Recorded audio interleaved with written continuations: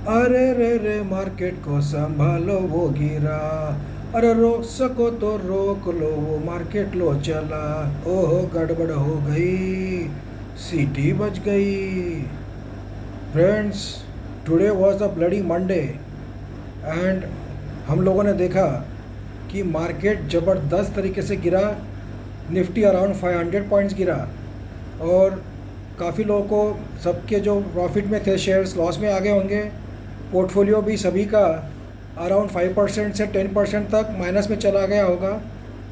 Green में था उनको भी लॉस हुआ, जिनका रेड में था वो रेड हो गया होगा। ये काफ़ी सिचुएशन एक्सपेक्टेड थी। और ये सब क्यों हुआ है, मार्केट क्यों गिरा और कितना गिर सकता है, हम सब बात करेंगे। और आपने आपके पोर्टफोलियो के साथ अभी क्या करना चाहिए ये भी आपको बताऊंगा मैं, क्योंकि बहुत इम्पॉर्टेंट है। और ये एक चांस होता है जो कि हमें मिलता है कभी कभी, कि इसमें हमने हमारे पोर्टफोलियो को करेक्ट कैसे करना है और जो लॉस में पोर्टफोलियो है प्रॉफिट में कैसे लाना है, आपको सब बताऊंगा इस वीडियो में।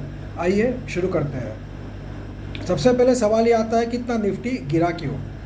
सबसे पहली बात देखिए, फ्राइडे को ही अगर आप देखेंगे तो यूएस मार्केट ज़बरदस्त गिरा। और यूएस मार्केट में गिरने के कारण ये एक्सपेक्टेड ही था कि आज का इंडियन मार्केट भी गिरने के चांसेस हैं। अब यूएस मार्केट क्यों गिरा, क्योंकि 25 को मतलब कल यूएस सेंट्रल बैंक, मतलब अपने जैसे रिजर्व बैंक होता है इंडिया का, वैसे यूएस सेंट्रल बैंक की मीटिंग है और उसमें डिसाइड किए जाएंगे आने वाले दिनों के लिए कि यूएसए में इंटरेस्ट रेट बढ़ेंगे कि घटेंगे। तो मार्केट ये एक्सपेक्ट कर रहा है कि इंटरेस्ट रेट जो reserve central bank of India है या अमेरिका की वो बढ़ाएगी। उसके कारण थोड़ी महंगाई बढ़ेगी, थोड़ा थोड़ा सा महंगा हो जाएगा, लोन्स महंगे होंगे, तो उसका इम्पैक्ट ओवरऑल मार्केट पे गिरेगा। इस डर के मारे यूएस मार्केट में ज़बरदस्त गिरावट हमें देखने को मिली और यूएस मार्केट गिरा, उसका इम्पैक्ट इंडियन मार्केट पे भी हमें देखने को मिला। और आज यूरोप मार्केट भी अच्छा खासा गिरा है। तो ये सभी चीज़ें ट्रिगर करते गई और हमारा इंडियन मार्केट भी गिर गया। नंबर 2 कि फियर ऑफ बजट। बजट में क्या होगा ये डर के मारे भी लोग प्रॉफिट बुकिंग कर रहे हैं मार्केट में। देखिए क्या होता है, बजट जब आता है 1 फरवरी को जो बजट है उसमें काफ़ी कयास लगाए जाते हैं कि कौन से सेक्टर के लिए फ़ायदेमंद रहेगा, कौन से सेक्टर के लिए ख़राब रहेगा। और ये सब डर के मारे जनरली हर बजट के पहले मार्केट गिरता ही है। आप हिस्ट्री निकाल के देख लीजिए इंडियन मार्केट की। तो वो डर के मारे भी मार्केट को एक बहाना मिल गया गिराने का कि बजट में हो सकता है नेगेटिव कोई न्यूज़ आ जाए, कोई टैक्सेस लग जाए। क्योंकि बजट में सब डिसाइड होता है कि फॉर एग्जांपल टेक्सटाइल सेक्टर पे कोई टैक्स लग जाए, कोई चीज़ पे इंपोर्ट ड्यूटी बढ़ जाए जो कि रॉ मटेरियल होगा, फॉर एग्जांपल केमिकल सेक्टर के लिए या टेक्सटाइल सेक्टर के लिए, या फिर कुछ बैंकिंग सेक्टर के लिए कोई निगेटिव न्यूज़ आ जाए बजट में। ये डर के मारे, बजट के डर के मारे भी मार्केट गिरा है कि अगर न्यूज़ ख़राब आई तो भाई उसके पहले ही प्रॉफिट बुकिंग कर लो। तो इसके कारण भी एक हो गया। दूसरी बात देखिए, निफ्टी करीब करीब 18,400 तक चला गया था, बहुत तेज़ी से बढ़ा पिछले 8 to 10 डेज़ में। तो एक देखिए, बुल्स ही हरदम हावी नहीं रहते, बियर्स भी हावी रहते हैं, तो फिर प्रॉफिट बुकिंग भी शुरू हो जाती है। और प्रॉफिट बुकिंग शुरू होती है और साथ में 2-3 ट्रिगर आ गए यूएस मार्केट गिरने का और फियर ऑफ बजट, तो ज़्यादा तेज़ी से गिर गया एकदम। आज ही एक दिन में बहुत ज़्यादा गिर गया। तो ये कारण है कि एक बजट का भी फियर है लोगों के मन में, तो उसके हिसाब से भी गिरता है। तीसरा, एफआईआई कंटिन्यू सेल कर रहे हैं, एफआईआई भी कंटिन्यू बिकवाली कर रहे हैं। आज भी काफ़ी एफआईआई ने बिकवाली की है, उसका भी एक प्रेशर मार्केट में देखने को मिल रहा है। नो डाउट डीआईआई परचेस कर रहे हैं, पर डीआईआई के सामने एफआईआई का सेलिंग का प्रेशर ज़्यादा होने के कारण भी प्रॉफिट बुकिंग काफ़ी हेवीली हमें देखने को मिल रही है। तीसरी बात देखिए, ओमिक्रॉन का तो डर है ही, कोरोना का डर है कि लॉकडाउन लग जाएगा क्या, केसेस लगातार बढ़ रहे हैं, तो वो भी एक नेगेटिव बात है। बट फॉर्चुनेटली अभी तक भारत में कहीं पे भी लॉकडाउन लगा नहीं है और ना ही कहीं यूएस वगैरह में न्यूज़ आई है लॉकडाउन लगने की। बट ओवरऑल एक प्रेशर है मार्केट पे। और चौथी बात ऐसा है कि यूएस मार्केट में टेक के शेयर बहुत ज़्यादा गिरे हैं। जो टेक्नोलॉजी के शेयर है, फॉर एग्जांपल नेटफ्लिक्स है, अमेज़ॉन है, फेसबुक है, ऐसे जो शेयर्स हैं उन पर बहुत गिरावट देखने को मिली, क्योंकि नंबर्स इतने एक्सपेक्टेशन के हिसाब से अच्छे नहीं आ रहे हैं। तो वो भी एक कारण है। मतलब ऐसे काफ़ी कारण मिक्स होने के कारण मार्केट गिर रहा है। और फ्रेंड्स, प्रॉफिट बुकिंग तो एक बनती है मार्केट में। प्रॉफिट बुकिंग तो देखिए करना ही चाहिए, जैसे हम लोगों ने करना है, जैसे मार्केट ने किया है। तो ओवरऑल मार्केट में बड़ी गिरावट देखने को मिली और आज करीब करीब फ्रेंड्स 800 शेयर्स में लोअर सर्किट लगा हुआ है। 800 शेयर्स में लोअर सर्किट लगना छोटी बात नहीं होती है फ्रेंड्स। बड़े बड़े अच्छे अच्छे शेयर्स में लोअर सर्किट लग गए, जो कि मल्टी बैगर थे सभी में लोअर सर्किट लगे आज। तो ये भी एक बहुत बड़ी बात है कि 800 से ज़्यादा शेयर्स में आज लोअर सर्किट हमें देखने को मिला है। अब सवाल ये आता है कि हमें करना क्या चाहिए। हमें अभी इसके आगे देखिए, काफ़ी लोग नए नए मार्केट में आए हुए और डर जाते हैं मार्केट गिरता है तो डरना नहीं है फ्रेंड्स। मैं आपको बताऊंगा कि इसमें से आपने कैसा फ़ायदा लेना है। अब आपको देखिए, आपके पोर्टफोलियो में काफ़ी स्टॉक्स होंगे। कल भी मुझे अपने एक सब्सक्राइबर का फ़ोन आया था, he wanted to talk with me, तो उसे डिस्कस हुई, लंबी चौड़ी बात हुई हमारी। मिस्टर श्रीवास्तव फ्रॉम कहीं तो भी नॉर्थ से थे वो। तो उन्होंने मुझे उनका पोर्टफोलियो बताया और पूछा कि मेरा पोर्टफोलियो सही है क्या। फ्रेंड्स, मैं आपको यही कहता हूँ, हमें कभी भी हमारे पोर्टफोलियो में फास्ट मूविंग कंपनियाँ ही रखनी है। जो बूढ़ी ऊँचू की कंपनियाँ हैं, जो भागती नहीं है, ऐसी कंपनियाँ भले ही कितनी भी अच्छी हो, फंडामेंटली साउंड हो। ऑनेस्टली स्पीकिंग, मेरा पर्सनली अगर आप देखेंगे तो मैं लार्ज कैप में बहुत कम इन्वेस्ट करता हूँ। मैं मिड कैप और स्मॉल कैप और माइक्रो कैप में ज़्यादा इन्वेस्ट करता हूँ, क्योंकि ये कंपनियाँ भागती है जब बहुत तेज़ी से भागती है, तो इसीलिए मैं उसमें इन्वेस्ट करता हूँ। हर एक का अपना अपना परसेप्शन है, that is my personal perception, may not be yours. तो पर मेरा इतना ही कहना रहता है कि आपके पोर्टफोलियो का भी आप अभी चेक कीजिए कि आपके पोर्टफोलियो में जो स्टॉक नहीं चल रहा है या लॉस में है, तो आप उसको बेच दीजिए फ्रेंड्स। मैं बार बार यही बात कहता हूँ। मैं फिर से नए सब्सक्राइबर जुड़े हैं, ये ऐसी बात मैंने अराउंड 1 मंथ बैक बताई थी। अभी नए जो सब्सक्राइबर्स हैं उनको भी ये बात जानना ज़रूरी है कि आपको आपका पोर्टफोलियो रिस्ट्रक्चर करने का ये टाइम है।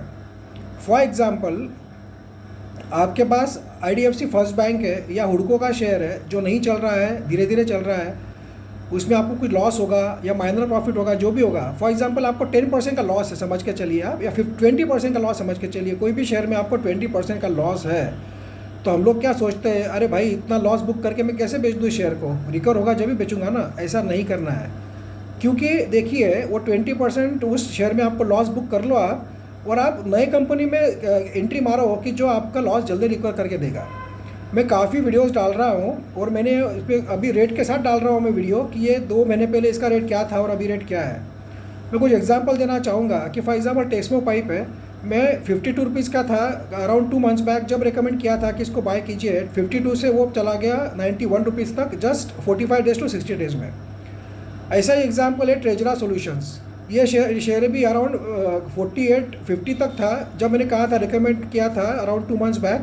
वहाँ से वो पहुँच गया था 120 रुपीज़ तक जस्ट 2 मंथ्स में। तो रिकवर हुआ कि नहीं, कितना फास्ट भागे ऐसे शेयर्स। तो ऐसे शेयर्स में आप इन्वेस्ट कीजिए जो फ्यूचरिस्टिक हो, जो आपका पोर्टफोलियो जल्दी से आपका जो लॉस हुआ है मार्केट की गिरावट में वो कवर करके देंगे। क्योंकि ये जो शेयर्स मैं बताता हूँ फ्रेंड्स, ये शेयर जब मार्केट चलेगा तो फटाफट ऊपर जाके 30-40% रिकवर कर लेंगे, और आपका जो लॉस हुआ है इस गिरावट में वो तुरंत रिकवर होने के लिए आपको हेल्प हो जाएगी। ऐसे ही शेयर्स का मैं कुछ लिस्ट आपको दूंगा, अभी मैं वीडियो डालूंगा आज या कल में, कि best shares to buy in this fall. तो उसको आप ध्यान से देखिए फ्रेंड्स। मैं आपको रिक्वेस्ट करता हूँ, उसमें मैं ऐसे ही शेयर देने वाला हूँ कि जो फटाफट आपका पैसा रिकवर करके देंगे। फ्यूचरिस्टिक कंपनियाँ रहेगी वो, या जिनका क्वार्टर रिजल्ट अच्छा आया हुआ है या अच्छा आने की उम्मीद है दिसंबर क्वार्टर। नंबर 2, जिसका प्रोमोटर होल्डिंग बढ़ाया है प्रोमोटर्स ने। ऐसे ही शेयर मैं आपको बताऊंगा जिसके कारण उस शेयर्स में आपको बहुत जल्दी रिकवरी करने देखने को मिलेगी, तेज़ी देखने को मिलेगी, जो कंपनियां फ्यूचरिस्टिक रहेगी। ऐसी कंपनियों में आप पैसा लगाइए, लॉस बुक करने से डरिए मत, लॉस बुक कर लीजिए। जो फालतू कंपनियां हैं जो नहीं चल रही है, जो कम से लॉस में है, उनको बेच के आप फ्यूचरिस्टिक और तेज़ भागने वाली कंपनियों में पैसा लगाइए, आपका लॉस जल्दी रिकवर होगा। ऐसा मुझे आपको रिक्वेस्ट है कि आप ऐसा कीजिए। मैंने भी ऐसा ही किया। अब पर्सनली बात बताऊं मैं तो मैंने आज मॉर्निंग में ही, मार्केट गिरने का शुरू हुआ उसके पहले ही मैंने करीब अपना 70% पोर्टफोलियो बेच दिया। मैंने प्रॉफिट लॉस कुछ देखा नहीं, पूरा बेच डाला मैंने। पहले भी मैंने ऐसा किया हुआ है जब मार्केट फॉल हुआ था, तो बेच दिया। और अभी मैं जो मुझे शेयर्स लेना है जो कम रेट में मिल जाएंगे, जो मैं शेयर ट्रैक कर रहा हूँ, वो शेयर्स में अभी कम रेट में मिल जाएंगे, तो मैं वो शेयर्स फिर से लूँगा। क्योंकि मुझे पता है कि वो शेयर जब फिर से रिकवर होंगे, मार्केट रिकवर होगा, तो तुरंत भागने की कोशिश करेंगे और तुरंत रिकवर होके हमें अच्छा प्रॉफिट दे सकते हैं। क्योंकि अच्छे शेयर्स देखिए, मैंने KPIT टेक्नोलॉजी 2 महीने पहले बताया था 320 रुपीज़ था, बाद में 800 हो गया इन 2 मंथ्स टाइम। तो ऐसे शेयर्स को आप लीजिए जो आपका पोर्टफोलियो तुरंत आपको रिकवर करके दे, लॉस आपका तुरंत भरपाई करके दे। ऐसे शेयर्स में आप इन्वेस्ट कीजिए। ये मेरा हम्बल रिक्वेस्ट है आप लोगों को। पुराने और न चलने वाले शेयर्स में इन्वेस्ट ना करें। फ्यूचरिस्टिक कंपनियों में इन्वेस्ट करें जो कि भागने वाली है, और वो न्यूज़ कोई भी न्यूज़ आती है पॉजिटिव सेक्टर की तो तुरंत उसमें हमें तेज़ी देखने को मिल जाती है। तीसरी बात देखिए कि बजट कैसा आएगा वो पता नहीं है, बट देखिए बजट के फियर से मार्केट गिर रहा है, तो एक अपॉर्चुनिटी समझिए आप इसको, क्योंकि बजट हो सकता है अच्छा आ जाए। बजट अच्छा आ जाएगा तो मार्केट इतना भागेगा कि फिर आप पकड़ नहीं पाएंगे, आप दुखी हो जाएंगे कि यार मैंने क्योंकि जब मार्केट गिरता है तो हमारे मन में डर बैठ जाता है, हम सोचते हैं और गिरेगा और गिरेगा। मैं ये नहीं कह रहा हूँ आप एक साथ बाय कीजिए, समझो आप थोड़ा थोड़ा देखिए, एक बार पूरा आपका पोर्टफोलियो रिस्ट्रक्चर कर दीजिए, लॉस मेकिंग कंपनियाँ भेज दीजिए, जो लॉस आपको हो रहा है पोर्टफोलियो में, जो नहीं चल रही कंपनियाँ वो भेज दीजिए, और नई कंपनियों में आप थोड़ा थोड़ा ऐड कीजिए। 25% आज ले लिया, 25% कल ले लिया, 25% और बाद में ले लिया, ऐसा कर करके आप ऐड कीजिए अपने पोर्टफोलियो में, तो आपका एवरेजिंग हो जाएगा। अगर मार्केट और गिरता है तो आपको कम रेट में मिलेगा, मार्केट रिकवर हो जाता है तो वो पैसे आपको एवरेज होते होते आपका शेयर आपको अच्छे रेट में बैठ जाएगा। तो इस तरीके से बाइंग और सेलिंग दोनों होती है फ्रेंड्स, तो आप थोड़ा ध्यान रख के किया कीजिए। मुझे काफ़ी लोग बताते हैं कि मैंने 1000 शेयर ले लिए कोई कंपनी के, 10,000 शेयर ले लिया। अरे भाई एक साथ क्यों लिए? नहीं मुझे जब लग रहा था इसका न्यूज़ है अच्छा भागेगा। ऐसा नहीं होता है, कोई भी कंपनी के आपको शेयर्स आकर आपके मन में है कि मुझे भाई फॉर एग्जांपल KPIT टेक्नोलॉजी के शेयर्स लेना है तो एक साथ नहीं बाय करना, आपको 100 शेयर्स लेना है तो आप 20 शेयर्स लेके थोड़ा थोड़ा बाय करके एवरेजिंग करना होता है, तो आपका एवरेजिंग बैठता है और आपको लॉस नहीं होता है। गिरता है तो भी एवरेजिंग में मिल जाता है और भागता है तो कोई सवाल ही नहीं, फिर तो कोई नुकसान होने का सवाल ही नहीं आता है। इस तरीके से बाइंग और सेलिंग की जाती मार्केट में। और लॉस बुक करने से फ्रेंड्स डरना नहीं, मार्केट में लॉस बुक कर लेना। फालतू शेयर्स को लेके बैठे रहते हैं लोग कि नहीं इसका लॉस हो रहा है मैं कैसे बेच दूँ इसको। अरे उसको बेचो, नया शेयर पकड़ो जो आपको तेज़ी देगा। मैंने इन्फॉर्म टेक्नोलॉजी बोल के एक शेयर दिया था, सिर्फ 20 डेज़ में डबल हो गया, 35 का 71 चला गया था। तो ऐसे शेयर्स में डालिए जहाँ पे आपका पैसा तुरंत भागेगा, तुरंत आपका लॉस जो है रिकवर हो जाएगा, ऐसे शेयर्स में डालिए।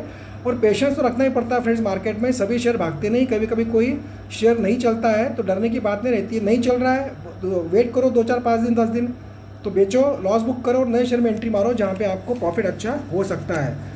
इस तरीके से करेंगे तो ये टाइम जो है आपको आपका पोर्टफोलियो रिस्ट्रक्चर करने का टाइम है, उस पर आप ध्यान दीजिए। मार्केट रिकवर होगा, मार्केट को पूरा लगातार गिरता नहीं रहता है, और आपको ऐसी कंपनियां चुनना है जो फ्यूचरिस्टिक हो या जिसका दिसंबर क्वार्टर बहुत शानदार आया हो, क्योंकि वही कंपनियां आने वाले 3 महीने तक चलती रहेगी, भागती रहेगी।